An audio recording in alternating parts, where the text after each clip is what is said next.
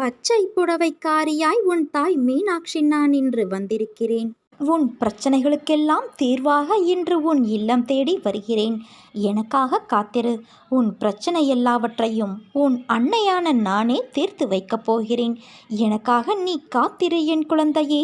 உன் மன வருத்தம் மாறப்போகிறது.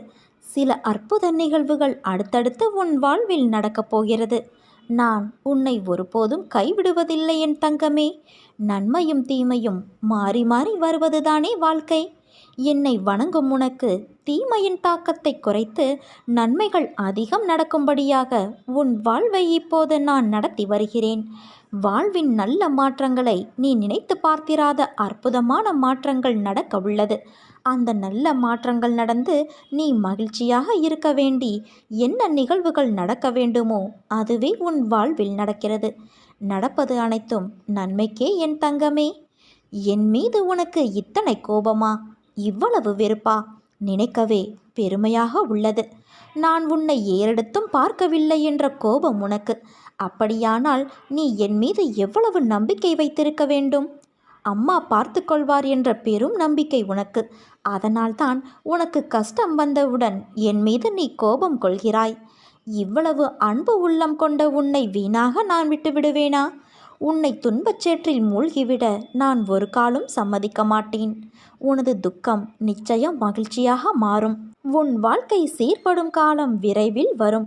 உன் வீட்டில் வளர்கிற ஒரு நாய்க்கு விரும்பியோ வெறுப்புடனோ எப்படியோ நீ உணவு கொடுக்கிறாய். அது உயிரோடு இருந்துவிட்டு போகட்டும் என்ற தர்ம சிந்தனை உன் மனதில் தோன்றுமல்லவா? உறவில் எந்த தொடர்பும் இல்லாத ஒரு நாய்க்காக நீ விரும்பியோ வெறுப்பிலோ பரிதவிக்கும் போது என் ஆன்மாவை அனுப்பி சிருஷ்டித்த நான் உன்னை பராமரிக்காமல் விட்டு விடுவேனா? இதற்கு முன்னால் நீ கடந்து வந்த கடினமான பாதைகளை சற்று நினைத்துப்பார். அதிலெல்லாம் உன்னை தூக்கி சுமந்து நான் காப்பாற்றி வந்தேன். இனியும் அப்படியே உன்னை நான் காப்பாற்றுவேன். உனது பிள்ளைகளையும் உனது எல்லைகளையும் நானே முன்னின்று காப்பாற்றி தருவேன். உனக்கு சோதனையாக தெரிகிற இந்த காலத்தை மனதில் வைத்து கொள்ளாதே. என்னுடைய அற்புதங்கள் இனி உன் வாழ்வில் நிகழ்வதற்கான உருவான ஒரு வழி என நினைத்துக்கொள். இதுவரை எத்தனையோ துயரங்களை நீ கடந்து வந்துவிட்டாய். இனி வரக்கூடிய நாட்கள் உனக்கு பொற்காலமே. நீ வாழவே கூடாது என்று நினைத்தவர்கள் முன்பு ஜொலிக்கப் போகிறாய். நீ சந்தோஷமாக இருக்கப் போகிறாய். உன் கோரிக்கைகளை உன் அம்மா நான் நிராகரித்தது கிடையாது. என்றுமே நிராகரிக்க நினைத்ததும் கிடையாது. நிச்சயம் அது நிறைவேறும். உன் கனவுகள் அனைத்தும் மெய்ப்படப் போகிறது. இருளில் இருக்கிறேன் என்று நீ கவலைப்படாதே என் செல்வமே. இருளும் விடியலை நோக்கித்தான் பயணப்படுகிறது. இன்றைய விடியல் உனக்கானது. நானே உன்னுடைய பலம், நானே உன்னுடைய ஆதரவு. இதை நன்றாக நீ நினைவில் கொள். நீ துன்புற ஒருபோதும் நான் அனுமதிக்க மாட்டேன். உன்னுடைய நலன்களில் நான் எப்போதும் கவனமாக இருப்பேன். இதை நன்றாக நீ நினைவில் வைத்துக்கொள். உன் மனதில் அவ்வப்போது தோன்றும் வெறுப்புகளுக்கும் கவலைகளுக்கும் இடம் கொடுக்காதே. எதுவானாலும் என் அருளால் மாறப்போகிறது. நான் ஏன் இந்த எண்ணத்தில் இருக்க வேண்டும் என்று அவைகளை வெளியேற்று.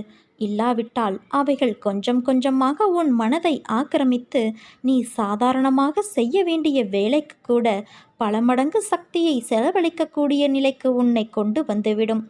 மாற்றம் ஒன்றே மாறாதது. எண்ணங்கள் நேர்மறையாக இருக்கும் வரை எப்படிப்பட்ட சூழலையும் உன்னால் சமாளித்து செல்ல முடியும்.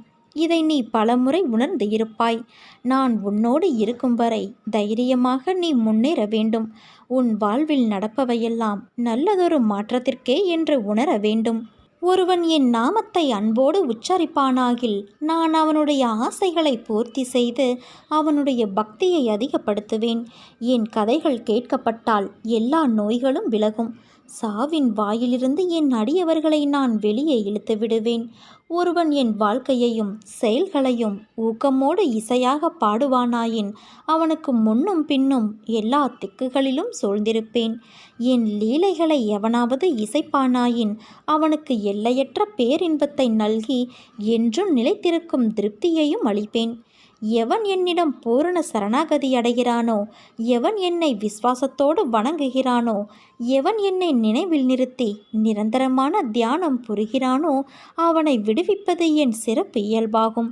என்றைக்கு என் பெயரை சொல்ல ஆரம்பித்தாயோ அன்றைக்கே உன் பாவங்கள் தொலைந்து விட்டன, கெட்ட காலம் முடிந்து விட்டன. இதை நம்பாமல் இருப்பவர்கள் என்னை நம்புகிறேன் என்று உதடுகளால் சொல்லி உள்ளத்தால் தள்ளி நிற்கிறார்கள். உனக்கு எதிராக தொடுக்கப்படும் எந்தவிதமான அஸ்திரமும் இனி உன்னை நெருங்காது. நீ வணங்கும் தெய்வமான நான் மிக பெரியவன். என் மீது எந்த பக்தனுக்கு முழு நம்பிக்கை ஏற்படுகிறதோ, முழு பக்தி ஏற்படுகிறதோ, அவனுடைய கேடுகளும் அபாயங்களும் துடைக்கப்படுகின்றன. என்னை சரணாகதியடைந்தவர்கள் துன்பத்தில் விழும் தருவாயில் என் 4 கரங்களையும் கொடுத்து அவனை மேலே எழ செய்வேன். என்றும் அவனை கண்ணிமை காப்பது போல நான் காப்பேன். நான் இருப்பதோ நீ விரும்பிய கோரிக்கைகளை நிறைவேற்றுவதற்கு. அதில் எந்த ஒரு சந்தேகமும் இல்லை.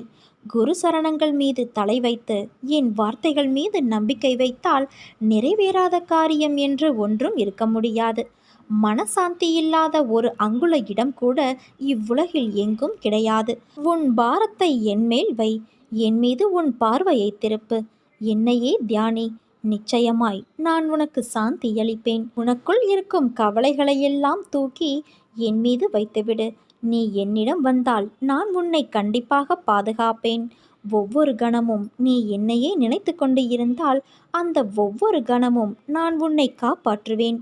யார் என்னை பெரிதும் நினைக்கிறாரோ அவருடைய பார்வையில் நான் இடைவிடாது இருக்கின்றேன். நீ என் வழியில் தொடர்ந்து வந்தால் உனக்கு எல்லா வழியையும் நான் திறந்து விடுவேன். எனக்காக சிறிது கஷ்டத்தை நீ ஏற்றுக்கொண்டால் உனக்கு வாழ்க்கையில் ஏற்படும் அனைத்து கஷ்டத்தையும் நான் விளக்குவேன். பலருக்கும் பலரறிய பல அற்புதங்களை அவர்கள் வாழ்வில் செய்துள்ளதை நீ அறிவாய்தானே? உனக்கு மட்டும் நான் செய்ய மாட்டேனா என்ன? உனக்கான அற்புதமும் உன்னருகில் வந்து கொண்டு இருக்கிறது. அதை பெற்றவுடன் மகிழ்ச்சியோடு என் கோவிலுக்கு வர நீ தயாராக இரு. அன்பு குழந்தையே, உனக்கு எப்போது இந்த உலகத்தையும் உன்னை சுற்றி இருக்கும் சக மனிதர்களையும் பற்றி புரிய போகிறது? ஏன் எல்லோரிடத்திலும் பாசத்தை வைத்து உன்னை நீயே இன்று வெறுக்கின்ற அளவுக்கு போகிறாய்? சிறு விஷயத்தை கூட பெரிதாக யோசித்து உன் நிம்மதி என்னும் கதவிற்கு நீயே பூட்டை போட்டு தாளிட்டு கொண்டு எனக்கு ஒரு புதிதாக காலம் பிறக்காதா என்று ஏங்கி நிற்கும் உன்னை பார்த்து என் மனம் புண்ணாகி போய் உள்ளது. உனக்கு வெளியில் இருக்கும் கஷ்டங்களை காட்டிலும் உன் மனதில் நீ யோசிக்கும் எண்ணங்கள், அதன் வெளிப்பாடாய் நீ மற்றவர்களிடம் பேசும் வார்த்தை, நீ எப்படி இருக்க வேண்டுமோ அப்படி உனக்கான வாழ்க்கை என்னும் பாதை திசை திரும்புகிறது என்று ஆதங்கத்தில் செய்வது அறியாது சக்தி இல்லாமல் தளர்ந்து காணப்படுகிறாய். அதை பார்க்கையில் நான் துடித்து போகின்றேன். உன் கண்ணில் கண்ணீரை பார்க்கும் நேரமெல்லாம் என் கண்ணில் தாரை தாரையாய் கண்ணீர் வருகிறது. மற்றவர்களிடம் எதையும் எதிர்பார்க்காதே, அதுதான் உன்னை இந்த அளவிற்கு தள்ளி இருக்கிறது. மற்றவர்களிடம் பேசு, ஆனால் அவர்களிடம் உன் அன்பை வெளிக்காட்டாதே. அப்படி அவர்களுக்காக நீ ஏங்குகிறாய், கிடைக்காத அன்பை எதிர்பார்க்கிறாய் என்றால் அந்த நிமிடம் நீ விலகி செல். ஏனென்றால் அடுத்த நிமிடம் உன் அன்பிற்கு அங்கு மதிப்பு இருக்காது. உன் சுயமரியாதை அந்த இடத்தில் பொதிந்து போகும். யார் உன்னோடு இருக்கிறார்களோ இல்லையோ, நீ வணங்கும் தெய்வமான நான் உன்னோடு இருப்பேன். என் குழந்தையின் மெல்லிய மனம் சீக்கிரம் காயப்படுகிறது. அதற்கு ஆறுதலான மருந்தாய் நான் இருப்பேன். நீ இவ்வளவு மெல்லிய மனதோடு இருப்பது உன் தவறு அல்ல, அது உன் இயற்கையான சுபாவம். அதனால் நீ எதற்கும் குற்றமாய் கருதி உன்னை நீ கஷ்டப்படுத்தி கொள்ளாதே. உன்னை விட்டு நான் விலகுவதும் இல்லை, உன்னை விலகி போகும்படி நான் செய்வதும் இல்லை. உன் அம்மாவாக அப்பாவாக நான் என்றும் உனக்கு துணை இருப்பேன் என் தங்கமே. காலதாமதம் கண்டு கவலை கொள்ளாதே. காய்களை தர மனமின்றி கனியாக்கி உன் கரங்களில் சேர்த்திட கடவுள் எடுத்துக்கொண்ட கால அவகாசம்தான் அது. முயற்சியை மட்டும் என்றும் கைவிட்டு விடாதே குழந்தையே. தொடர் முயற்சிதான் வெற்றி என்னும் கனியை தரும். உன்னை ஒவ்வொரு சிக்கலிலிருந்தும் நான் விடுவித்து கொண்டே வருகிறேன். ஆனால் நீயோ ஏதாவது புதிய சிக்கலில் வலிய போய் மாட்டிக்கொள்கிறாய். அதிலிருந்து விவேகமாக வெளியேறவும் தெரியாமல் தவிக்கின்றாய்.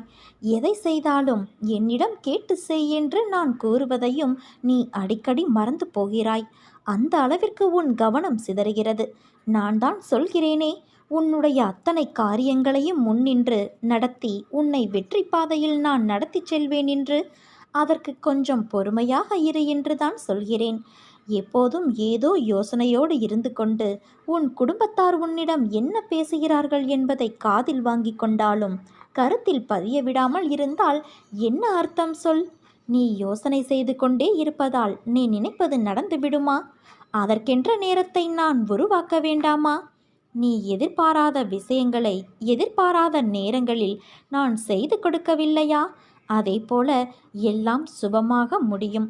உன் முயற்சியை கைவிட்டு விடாது எந்த பலன்களையும் எதிர்பாராமல் மனதை சலனமின்றி வைத்துக்கொண்டு உன் வழியில் நீ செல்.